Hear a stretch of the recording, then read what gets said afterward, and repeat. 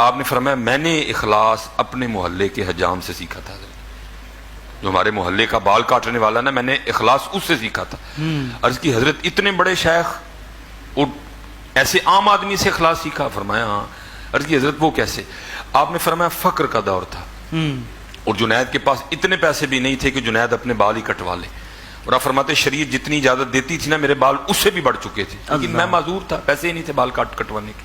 فرماتے میں اسی حالت میں اپنے شیخ کی بارگاہ میں حاضر ہوا، آپ نے بال دیکھ کے فرمایا جنید جاؤ پہلے بال تو کٹواؤ۔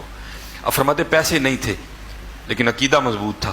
میں نے کہا اگر شیخ نے فرما دیا تو کوئی نہ کوئی راستہ نکل ہی آئے گا بال کٹوانے کا۔ آپ فرماتے میں دکان پہ چلا گیا، شیخ نے کہہ دیا راستہ نکلے گا ضرور۔ آپ فرماتے وہ کرسی پہ بٹھا کے نا کسی کے بال کاٹ رہا تھا، میں کھڑا ہو گیا، میں نے کچھ نہیں کہا۔ بال کاٹتے کاٹتے نا اس کی نظر مجھ پہ پڑی، میں نے السلام علیکم کہا، اس نے وعلیکم السلام کہا۔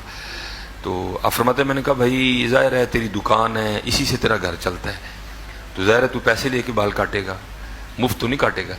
تو میرے پاس تو پیسے ہے نہیں، چل اس طرح کر، ہاں آج میرے اللہ کے لیے کاٹ دے۔ یہ چیز نکل گئی ہے حضرت۔ اب لوگ کہتے ہیں جی میں کیوں کروں؟ میں کہتا ہوں بھائی اپنے اللہ کے لیے کرو، اپنے رسول کے لیے کرو، انہوں نے کہا ہے کرنے کو۔ بہت اچھے۔ بیوی کہتی ہے جی میں کیوں کروں؟ میں کہتا ہوں بھائی اللہ اور اللہ کے رسول نے کہا اس لیے کرو۔ بہت اچھے۔ خامن کہتا ہے جی میں کیوں کروں؟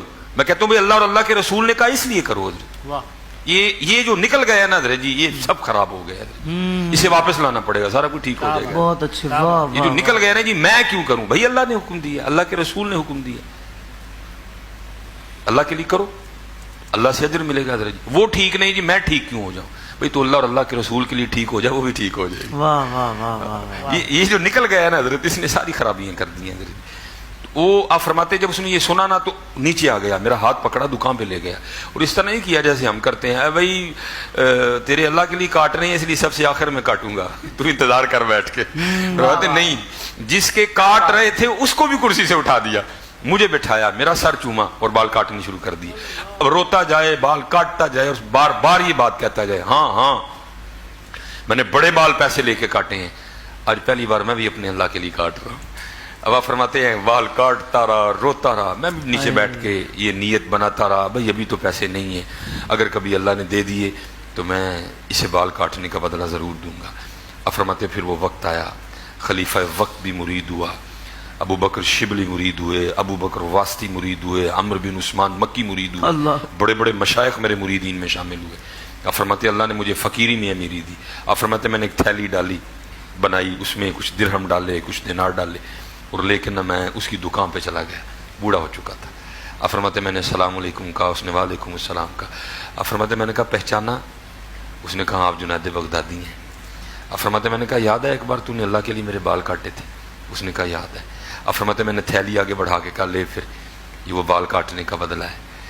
تو آپ فرماتے ہیں وہ مجھے اخلاص سکھاتے ہوئے آگے سے کہتا ہے جنید میں نے تو سمجھا تھا کہ آپ بہت بڑے صوفی ہو گئے ہیں، میں بھی آپ کا مرید ہو جاؤں، لیکن آپ کو تبھی تک تصوف کی ابتدا بھی نہیں آئی ہے۔